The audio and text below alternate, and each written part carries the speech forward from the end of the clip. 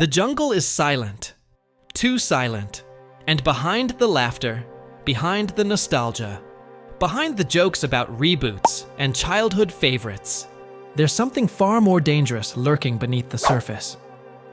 When Zahn and Thandiwe Newton signed on for the new Anaconda, they weren't just stepping into a movie, they were stepping back into the chaos.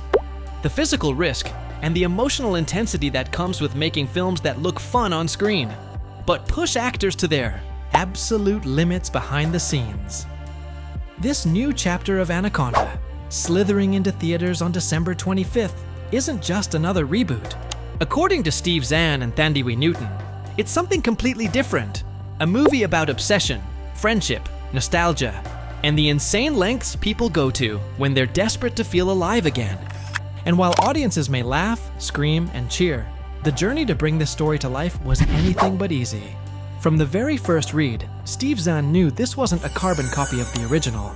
He explains that when people hear the word reboot, they immediately think homework is required. Go back, rewatch the original, compare every scene. But this film doesn't demand that. It stands on its own. It knows the legacy of Anaconda, and instead of running from it, it playfully embraces it. If you've seen the original, you'll catch the jokes. If you haven't, you're still in for a wild ride. Thandiwe Newton agrees, pointing out that the movie doesn't just reference the original, it's obsessed with it. The characters themselves are fans of Anaconda, treating it like a cult classic from their youth. That meta layer adds a strange magic to the story. These aren't just characters making a movie, they're people clinging to something that once made them feel alive, trying to reboot not just a film, but themselves. At the heart of the story are characters who are stuck, burned out, and unsure of their next move. When Doug and Griff find themselves in a creative slump, they don't turn inward, they turn backward. They decide to reboot Anaconda as a passion project, pulling in old friends and familiar faces in hopes that revisiting something beloved will spark something new. It's reckless, it's impulsive, and it's deeply human. For Thandiwe Newton, that emotional core is what made the project so special. She admits that much of her career has been spent playing deeply traumatized characters, roles filled with pain, grief, and emotional weight. This time, however, was different. This role felt playful, free, joyful. It felt like being a kid again. And that feeling wasn't accidental. It was built into the DNA of the film itself. She reflects on childhood memories of making stop-motion movies with friends, spending entire days lost in imagination and creativity. That's the spirit this Anaconda captures. Adults trying to reconnect with the version of themselves that didn't worry about failure, reputation, or consequences. Just friends, a crazy idea, and the thrill of creating something together. For Zahn, the experience stirred memories of his earlier career, particularly films like Saving Silverman and Object of My Affection. Working on this project felt like rediscovering a type of movie he thought was gone forever. Wild, slightly insane ensemble films driven by chemistry and heart, rather than formulas. To him, this movie was proof that those stories still matter, that they still have a place. Both actors described the experience as medicine, a reminder of why they fell in love with acting in the first place. The insanity, the unpredictability, the camaraderie. It wasn't just another job, it was a revival. But make no mistake, behind the fun was real danger. One of the biggest misconceptions about comedy films is that they're easy. Zahn points out that people read a funny script and forget how much physical work is involved. Comedy often hides action beneath humor. And on Anaconda, that meant running, climbing, sprinting, repeating physically demanding scenes over and over again.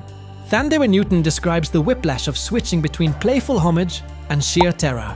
One moment, she's channeling classic adventure vibes, paying tribute to films like Jurassic Park, fully committed to the look, the tone, and the fun. The next moment, she's running for her life, screaming, sweating, and pushing her body to the edge. And then there's Paul Rudd. While the film itself didn't cause his injury, the timing couldn't have been worse. During production, Paul Rudd was simultaneously preparing for his return as Ant-Man in the Avengers universe. That meant intense training, constant workouts, and pushing his body beyond its limits. Unfortunately, that dedication came at a cost. Paul Rudd suffered a hernia and required surgery. While it didn't happen directly on set, the effects were felt during filming. When he returned for additional shooting, he was still in pain. Yet there he was, leaping through the air, committing fully to scenes that demanded physical strain, even while injured. It was a sobering reminder that film sets are no joke. Even when the tone is light, the work is real. The danger is real, and the physical toll can be intense. The conversation also revealed how each actor prepares for roles, rituals that ground them before chaos begins. Steve Zahn has a meticulous system. He prints his script, covers it in colorful post-it notes, marks completed scenes with dots, folds pages, and tracks progress visually until the script becomes a rainbow of effort and memory. Until that ritual is complete, he won't even begin the movie. He laughs about his refusal to go digital, insisting that paper is essential to his process. For him, the physical connection to the script matters. It's personal, sacred. Thandiwe Newton, on the other hand, cherishes costumes as a gateway into character. Watching Paul Rudd take his role seriously, complete with toothpicks, hats, and physical mannerisms, reminded her how deeply actors commit, even when the movie itself doesn't take itself too seriously. Beyond preparation, there was genuine bonding. Advice exchanged constantly, fashion tips shared, laughs traded between takes. Steve Zahn even helped Thandiwe Newton pick fashion ideas for Jack Black's wife, despite never having met her. That's the kind of environment this film fostered: creative, supportive, and deeply human. As the conversation turned toward the future, both actors revealed which classic films they'd love to reboot if given the chance. Thandiwe Newton expressed interest in Anthony and Cleopatra, specifically wanting to portray an older Cleopatra, a powerful statement about aging, legacy, and reinvention. Steve Zahn named Never Cry Wolf, a role he clearly reveres, praising its depth and emotional complexity. These choices say a lot. They aren't chasing spectacle, they're chasing meaning. The shadow of the original Anaconda loomed large, especially given the infamous onset danger involving Jennifer Lopez, who was nearly injured by the animatronic snake during the first film. While there were no snake-related disasters this time, the story served as a reminder. Nature-driven films carry inherent risk, whether it's mechanical, environmental, or physical. In the end, Steve Zahn and Thandiwe Newton make one thing clear: making movies is dangerous. Not just physically, but emotionally. It demands vulnerability, risk, and the willingness to look foolish in pursuit of something honest. This new Anaconda isn't just about a snake, it's about obsession. About friends clinging to a shared memory. About artists refusing to let joy die. And about the madness it takes to run headfirst into the jungle, knowing full well that something might be waiting for you in the dark. And that is why audiences won't be able to look away.